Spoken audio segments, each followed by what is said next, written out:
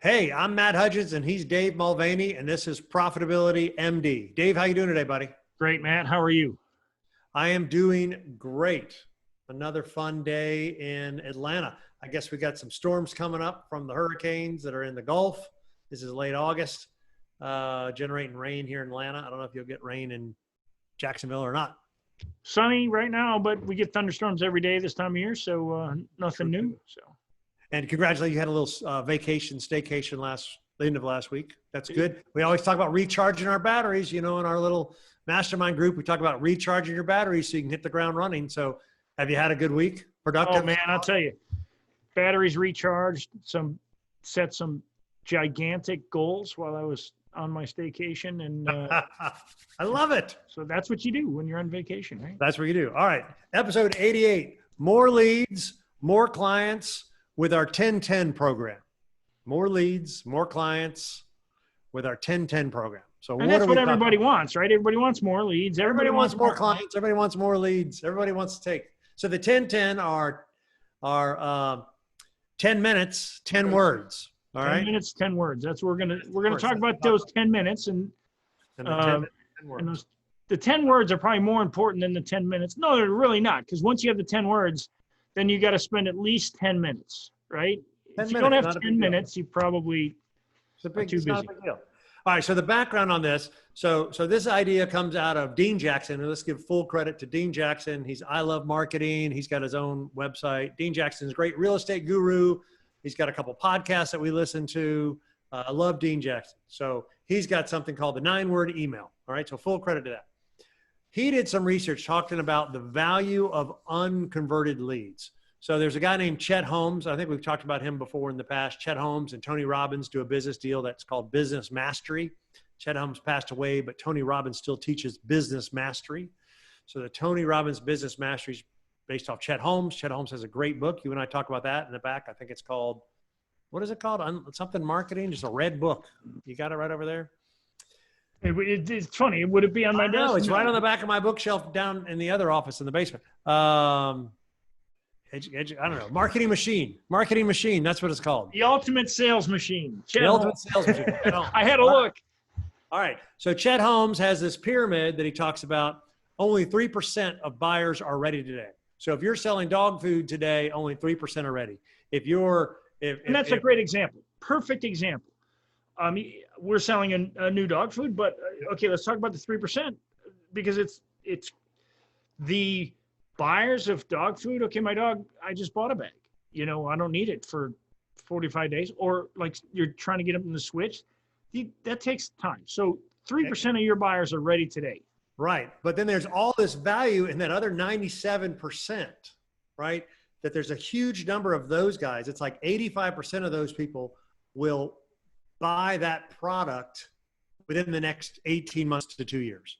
Okay. So it was some study, and I forget where this was. I don't know if this was Dean Jackson or if this was Chet Holmes, but basically saying, all right, look, if I went to a home store and I asked about kitchen cabinets, let's just say I asked about kitchen cabinets, and they sent me a little brochure or gave me a little brochure, the odds is that I'm going to buy 85% chance I'm buying kitchen cabinets in the next 18 to 24 months. Okay. Yeah, because you wouldn't have went looking for kitchen cabinets if you wouldn't have gone looking. I wouldn't ask for the information. There's only a 3% chance I'm ready to buy those kitchen cabinets today.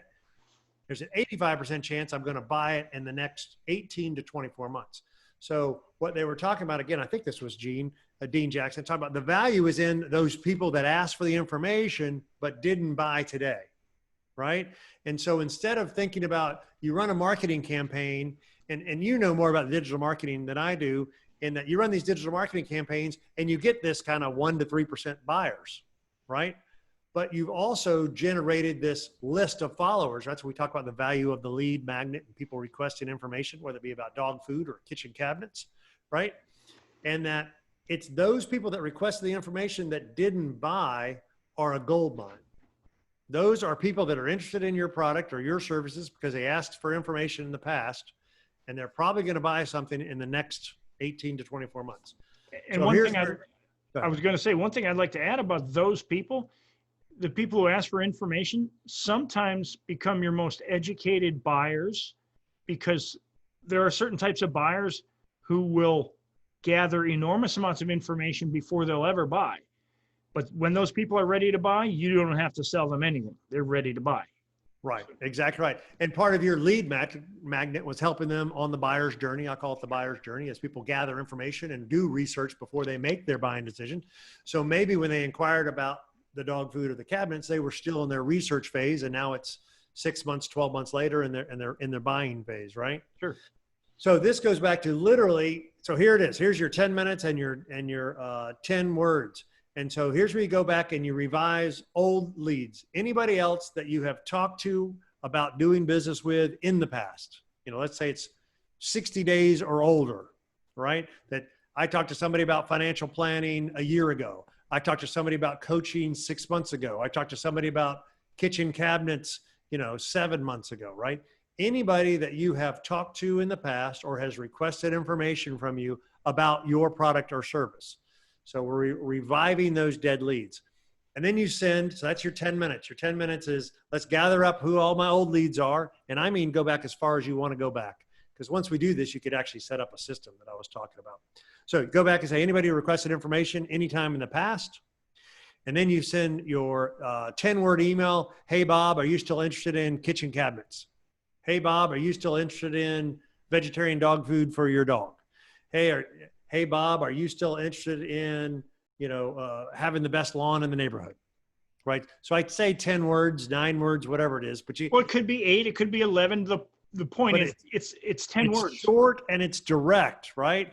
The problem is that you want to say, well, that's because I got this great new lawn service. No. This is just to engage the dialogue again, right? So it's a short and sweet to the point email, because there's something in psychology where we feel obligated to answer a question. When you're asked a question, there's a psychological response that we feel the need to answer. So when we ask the generic questions of, hey, how you doing today? We're kind of programmed. We don't know. Oh, I'm fine. That's our generic. But when I say, tell me something great that's happened to you since the last time we chatted, I have now asked a very specific question to you that you feel like morally obligated to answer. Right? And so if you phase the question in that way, hey, are you still interested in kitchen cabinets? Hey, are you still interested in a Lakeview house? Right? Hey, are you still interested in the best lawn in the neighborhood? Right? Triggers a response. Yes, no, maybe. Right? And so what happens is invariably when you send that email, so I just used this with a business broker last week, just revising some old leads of his. We're in COVID. Business brokers sell businesses for sale. Kind of quiet right now as people are figuring out their businesses. We sent the 10-word email, 10 minutes, revising the old leads. I just get a list of old leads. The 10-word email, hey, Bob, are you still interested in selling your business? That's all you say. Then you don't say anything else. You don't have all these, because I got a great lead magnet, because I got a great service. No. It's just a dead, simple email. And so we did this a week and a half ago. And he said he's never been more busy. They come out of the word work. Matter of fact, yes, I was, but I was worried about COVID. It may not be a good time to buy. Yes, I wish, but now I'm going to hold off until after COVID. Whatever it was, it doesn't matter. He's getting a huge amount of leads because they're responding and engaging in a dialogue with them. And technically they're warm leads because they're somebody you've already created a connection with on some level or another. You're not cold calling somebody. You're responding. It's technically a follow-up is what it is, without the, hey, we're running Labor Day. Is it Labor Day's coming up or Memorial Day? I always forget which one. Yeah. Labor Day. We're running Labor Day sale. It doesn't, no, if this is just, hey, are you still interested? Hey, Bob, are you still interested in the boathouse? Right. Little things. Exactly right. So now let's get into specifics. So watch this. So we're revising old leads. I just told you with the 10 words, hey, are you still interested in whatever my product or service is, right? The headline in the subject email, it isn't some fancy Labor Day sale, right? It's going to be the person's name, hey, Bob, right? Or quick question. That's another great lead that generates a response. So these are all tested by email marketing people that here are great responses. Put their name in there in the subject, put quick question or quick thought or, hey, I was thinking of you, ... Nothing salesy, nothing long. Again, just like you're emailing your buddy. Part of the point is you're making this email just dialogue. Hey, it's like I ran into you at the coffee shop. Oh, hey, last time I chatted with you, you were looking at lake houses up at Lake Lanier, Lake Oconee. Did you guys ever buy one? Right? That's this conversation. That's this email. Hey, I was thinking about you. ... Exactly that. Hey, Bob, did you ever buy your lake house? Hey, are you still looking for a lake house? Right? And that's it. There is no other. Choose your words carefully, but they're very direct. Sign your name, Matt, Dave, and you send that out. Maybe you could put what we call a super signature. Maybe you could say 3 ways we can help you. I've got this, whatever, another kitchen cabinets brochure. I've got a book on how to design the best kitchens. Well, do you realize that the less you say in this email, yes. Hey, Bob, are you still in the market for a lake house? Let's just use lake house or whatever. Let's say kitchen cabinets. Hey, Bob, are you still in the market for kitchen cabinets? If you are, let me know. Yeah. Oh, yes. Too many words.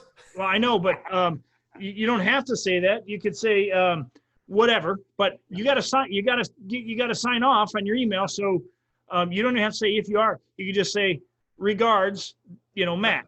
Yep. And see what happens. There's a lot of curiosity in that going, okay, now why would this guy reach out to me or this person reach out to me with a thing like that and not tell me anything? And you're the response is either, yes, I'm still in the market. No, I'm not. But if it's yes, then they're going to come up with their story, not yours.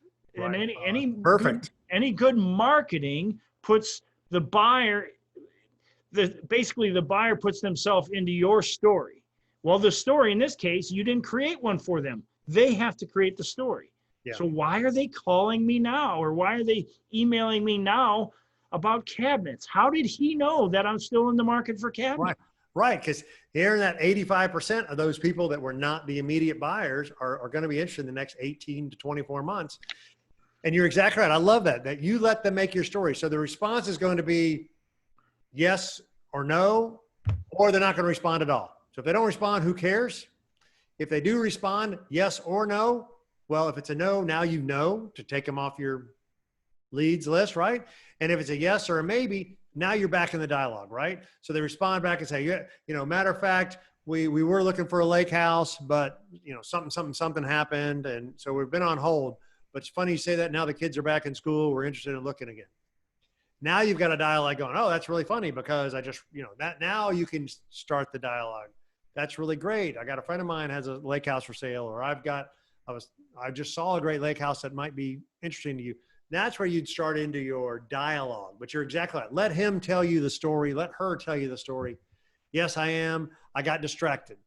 Matter of fact, we bought a new house, so don't worry about it. Oh, great. Now he's off your lead. But especially now, like but then they might say, however, yes, we did buy a new house, but my wife hates the cabinets. There you go. And it does happen because we built a new house. My wife, when we built a house back in 2009, my wife didn't really like the cabinets. You know what we did? We put new cabinets into a new house when we sold that house. So you never know when. It's just if somebody doesn't like something, but that's not the point of this. The point of this is a lot of people are offline marketers. They're face-to-face. You've got a storefront, what have you. You may have you may sell marble and tile or whatever, and you're like, oh, we only sell face-to-face. So we don't do a lot of email marketing. I've heard this many times when I talk to people. I'm like, look, marketing is just something that can open the dialogue. So you send a 10-word email without dialogue and the salutation, and you're out, and they call you and say, yeah, or they email you back, yeah, I am. How did you know? Or yes, we really are in the market, and we'd love to talk about it. Now the dialogue is open. And that's all you're trying to do with any type of marketing. That's all you're trying to do. This is one of our strongest things that we lead with in our mastermind group, right? This is a fantastic strategy. And now what happens is it's real simple. Anybody you've ever talked to in the past that has not done business with you yet, or did a little business in the past and you want them to do more, you send the 10-word email. Hey, are you still interested in XYZ? You got a real simple subject line, their name or a quick thought or was thinking of you. right? You send the email, now you've got the dialogue going again. What ends up happening is you generate leads, right? Which then you use your sales skills to increase the conversion rate, right? But now you could actually have a system, right? So if you have a system, so we did this for a child psychologist. I've got this on my little slideshow where you've got every month he had 300 leads. There's a whole thing. We revamped the website where it's a interrupt, engage, educate, and offer. There's a whole thing. So now he's got people coming in that are asking for the lead magnet, right? Out of those, X% become a client every month, right? 3 people, 6 people. I think it was 6 people became a client every month. But he's got 294 people that did not become a client. Well, that's where we start the drip email campaign, where the nurturing sequence, you and I will talk about like the nurturing secret. How do you convert those people? But again, they wouldn't have asked for your information unless they were probably going to buy something in the next 18 to 24 months. At least 85% of them are. So now we got the drip sequence that comes on to nurturing campaign. And then every month, a certain amount of those people turn into clients, right? You know, it's funny you say that because you're talking about psychologists right now. And I'm like, I could just imagine somebody sitting across from a psychologist saying, well, the psychologist would say, this would never work in my business. Well, the reality is, so maybe a parent reached out to you about a problem they're having with a child, right? And all of a sudden it seems like the problem went away. Well, that's those 294 people that maybe the problem went away, but then all of a sudden you send out your little drip, your little 10-word sequence, and well, there's probably at least maybe another 6 in there that are going to say, hey, yeah, I'm still having that problem. Maybe you can help me. Yeah. So it's, you get back in it. What happens is you revitalize. This is where this is the whole marketing system, right? So now I'm giving away too much information, right? Never too much information. We give it away and say, look, here's the 9-word, 10-word email that says, are you still interested in our product? Let's start a dialogue. Now we start them on a new drip campaign. By the way, what do we do next month? Anybody else that we've talked to, right? So you could do this email campaign every month, every quarter, every 90 days and say, all right, who have I talked to that hadn't bought?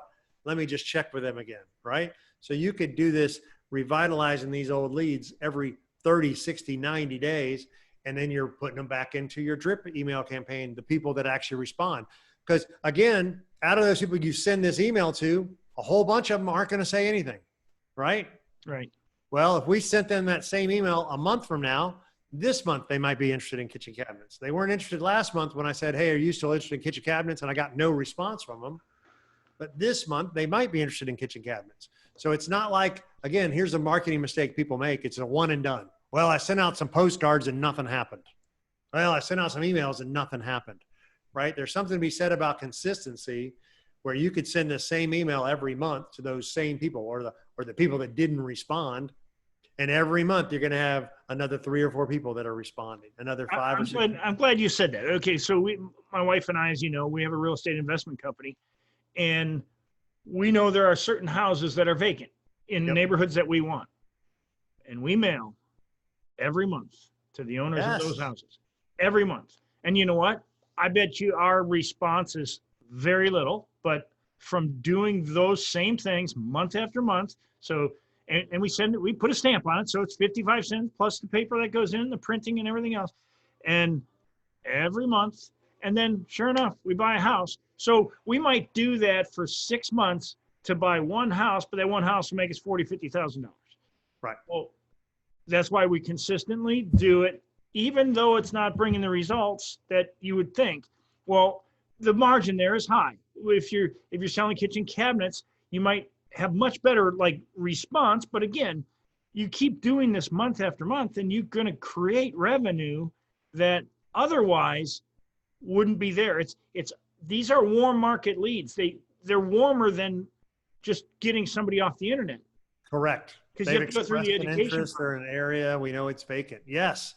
And that's the whole point of this whole thing, is that you got to be systematic. You got to have a system, a process, right? So our whole thing is, we talk about our marketing message and what's your marketing message, your unique selling proposition. And then you have these, you put together a whole strategy, and then you have these actual tactics that you go down. Hey, we're going to do this, the 10-10 program. Hey, we're going to do some digital marketing. Hey, we're going to have a nurturing email sequence. Hey, we're going to have a sales sequence with Labor Day sales. Now you have all these different tactics that fill in the overall Why do people work with us? What's our unique selling proposition? What's our unique messaging? What's our strategy going to be? And then we've got all these little tactics. This is a great one. This little 10-10 program that we have, 10 minutes, 10 words, more leads, more clients, right? But that leads right into the drip email sequence. Well, what is that? Well, you got to have a lead magnet. Oh, we need a lead magnet. Oh, okay. What do you do after lead magnet? Well, you got to have a drip email campaign for those people that download the lead magnet. Oh, and by the way, revitalizing that old leads with this 10-10 program, let's put them back into that drip email campaign. Can I use the same one, or we can come up with a new one, right? Anyway, it's, how do I say, it's a whole systematizing your business. You were just talking about the postcards you're doing in your real estate. If you just mail those once and be done, you would have caught the little 3% of people that were ready to sell today. Probably not even, the numbers are much smaller, and that's what, but when you, it's like water dripping on a rock. Yes. And eventually you're going to put a hole through it, through the rock, because if the water continues to drip, and I think too many people make systems out to be something that they're not. You don't have, your systems don't have to be, you know, I've got a 3-ring binder of my operations for my company. Right, well, right, that's right. great. Okay, some people are that way. They got their MBA and they got all their things. Nothing wrong with an MBA, but it's not necessarily a 3-ring binder. You have a system for doing everything. It may be written down. It may not be. It should be, but it may not be. But we're telling you, you create certain systems around everything in your business, especially like marketing. In this case, we're talking about 10 words to more leads. Well, that becomes a system. And when it generates one customer, just one customer, and if you'll do that 12 times a year, spend 10 minutes, 12 times a year, that's 12 customers. Let's say you sell cabinets. Let's say you make a grand profit on cabinets for a kitchen. That's $12,000 you made in 120 minutes. That's 2 hours. I don't know what the hourly rate on that is, but it's pretty good. But it's pretty good. That's exactly right. And I'm guessing that's $6,000 an hour, but that's just my quick math. No, and that's exactly right. So like, that's the point. So the 10-10 program is more leads, more clients. It's one of the tactics that we use in our mastermind group to help people generate quick wins. I want you to get a quick win so you see value in what we do, right? And that's part of this podcast is I want you to listen to this podcast and get value in what we do. So then you'll want to join our mastermind group, right? And wow, if this stuff is so good here on the podcast, imagine what they're doing in the mastermind group itself, right?